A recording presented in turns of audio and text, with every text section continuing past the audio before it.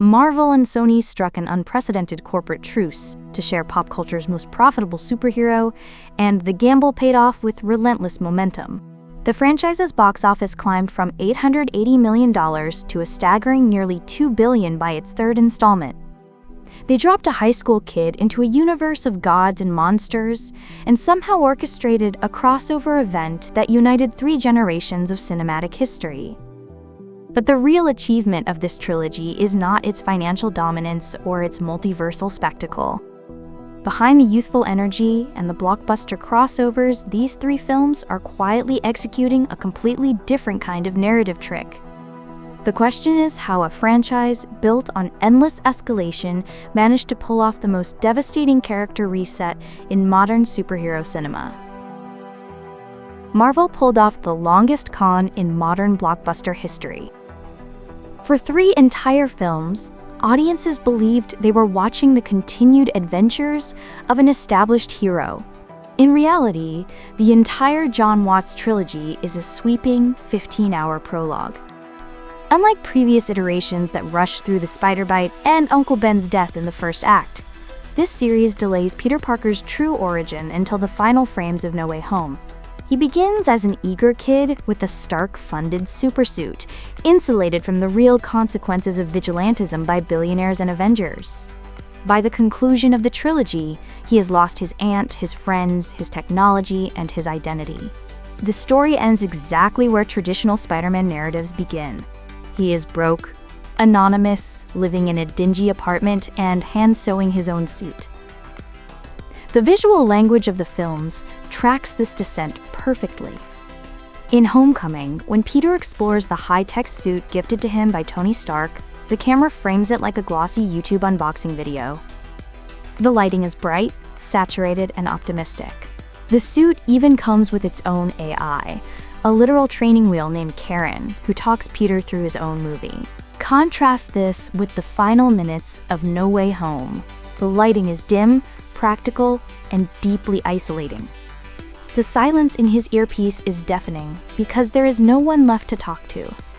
Watts strips away the digital interface and the heads-up displays, leaving only a manual sewing machine and a cheap police scanner.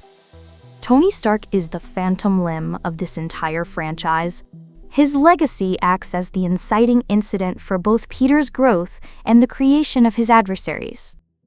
In Homecoming, Peter is desperate for paternal validation, treating superheroism as an extracurricular activity designed to impress a recruiter. When Stark confiscates the suit on a rooftop, he delivers the thesis of the trilogy, telling Peter that if he is nothing without the suit, then he shouldn't have it. It takes 3 full movies for Peter to actually prove that statement true. By Far From Home, Stark's physical absence only amplifies his shadow. Massive murals of Iron Man loom over Peter in every city he visits, dominating the frame and dwarfing the teenage hero. The editing in the 3rd act makes a profound point when Peter builds his new suit in the back of the Stark jet. He moves his hands through the holographic interface exactly like Tony, and Happy Hogan watches with a look of tearful pride. It plays as a triumphant moment of succession, but it is actually a trap. Peter is still relying on Stark fabricators, Stark jets, and Stark satellites to solve his problems. He is playing Iron Man, not Spider-Man. It is only in No Way Home that Peter finally steps out of that shadow entirely. When the Stark technology fails or is confiscated by the government, Peter has to rely on his own scientific brilliance. He traps Doctor Strange in the mirror dimension not with a gadget, but with high school geometry. He cures the multiversal villains using test tubes and basic chemistry in a high school lab. The franchise meticulously dismantles the Iron Boy Jr. critique by making the loss of that technology the very thing that saves the day. The antagonists of this trilogy evolve in lockstep with Peter's coming of age. They scale from grounded, blue-collar grievances to literal universe-ending threats. Adrian Toomes is a working-class salvager wearing a bomber jacket, a man squeezed out of his livelihood by the Department of Damage Control and billionaire elites. He does not want to conquer the world, he just wants to pay his mortgage. This makes him the perfect foil for a naive Peter, who is blindly loyal to the very billionaire who ruined Toomes' life. The car ride scene in Homecoming is a masterclass in cinematic tension, stripping away the superhero spectacle entirely. Watts places two actors in a car, illuminating them only by the harsh, shifting glow of a traffic light. When the light turns red, Toomes pieces together Peter's identity, and the power dynamic flips instantly. There are no green screens or repulsor blasts here. It relies entirely on Michael Keaton's menacing restraint and Tom Holland's raw panic, proving that the highest stakes are always personal. Quentin Beck escalates the threat, from physical to psychological. As a disgruntled corporate employee manipulating the media, Mysterio weaponizes Stark's callousness against his chosen successor. The illusion sequence in Berlin uses seamless transitions and nightmare logic to break Peter down.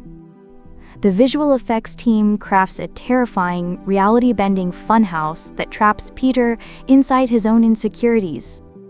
He is hit by trains, buried alive, and mocked by a zombified Iron Man. It is not just flashy CGI. It is psychological warfare designed to make Peter doubt his own senses. This obsession with perception and truth culminates in J. Jonah Jameson broadcasting Peter's identity to the world. Mysterio does not just want to kill Spider-Man, he wants to ruin him. The aspect ratio of the news broadcast on the massive digital billboard in Times Square grounds the fantasy in a terrifying modern reality. Fake news and manipulated video do more damage in 10 seconds than the Vulture did in an entire movie. The entire plot of No Way Home is driven by the fallout of this destroyed public image, forcing Peter to use magic as a desperate PR wipe. When the multiversal villains arrive in No Way Home, they represent Peter's ultimate test of morality. Rather than simply defeating them and sending them back to die, Peter decides he must cure them. This shifts the entire moral axis of the superhero genre. The camera work in Happy's condo is claustrophobic, pushing in tight on Norman Osborn as his fractured psyche takes control. Peter surrounds himself with murderers, trusting his empathy over his survival instincts. He does not punch his way out of this conflict. He attempts to heal his way out, cementing his evolution into a hero of profound, almost dangerous compassion. The supporting cast is not just a collection of sidekicks. They are the living, breathing stakes of the franchise. Ned Leeds grows from the excited guy in the chair who treats Peter's secret identity like a video game feature into a capable ally. In Homecoming, he drops a Lego Death Star in shock. By No Way Home, he is using Doctor Strange's sling ring to open portals and summon alternate universe Spider-Man. His arc proves that proximity to Peter Parker demands a rapid, often dangerous maturation. MJ's transition is even more vital to the emotional core of the trilogy. She starts as a distant, observant, and cynical loner. But the bridge scene in Prague strips away the usual romance tropes. She reveals she has deduced his secret identity not through some grand superhero spectacle, but simply because she pays attention to him. She is the only person who sees Peter Parker before she sees Spider-Man. This makes her fierce loyalty in the final act of No Way Home incredibly earned. She tearfully makes him promise to find her and make her remember him, demonstrating profound bravery right before her mind is wiped clean. Aunt May provides the ultimate subversion of expectations. She shifts from a protective, slightly oblivious guardian to a deeply involved moral compass. She actively supports Peter's heroism, pushing him to help the displaced villains rather than abandon them. Her death is the crucible that forges the true Spider-Man. Watts shoots her final moments without soaring orchestral music or slow-motion glorification. It is quiet, messy, and brutal. She delivers the iconic responsibility speech, not as a wise platitude, but as a desperate, dying plea to keep Peter from losing his humanity. This brings us to the final, devastating choice Peter makes in the donut shop. He walks in with a rehearsed speech, fully intending to keep his promise and reintroduce himself to MJ and Ned. But he sees the bandage on MJ's forehead.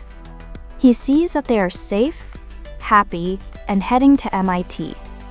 The physical distance between them at the counter, combined with the cold snow falling outside, visually reinforces his absolute isolation.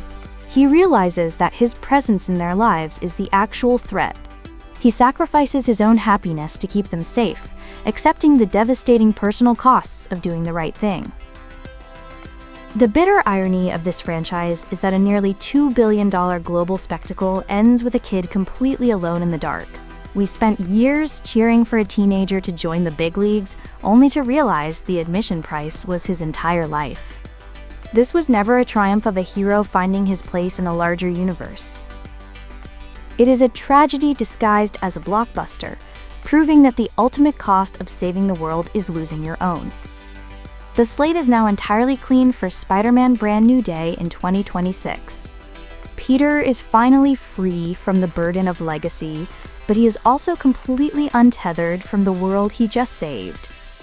The universe might have forgotten who he is, but for the first time in his life he actually knows.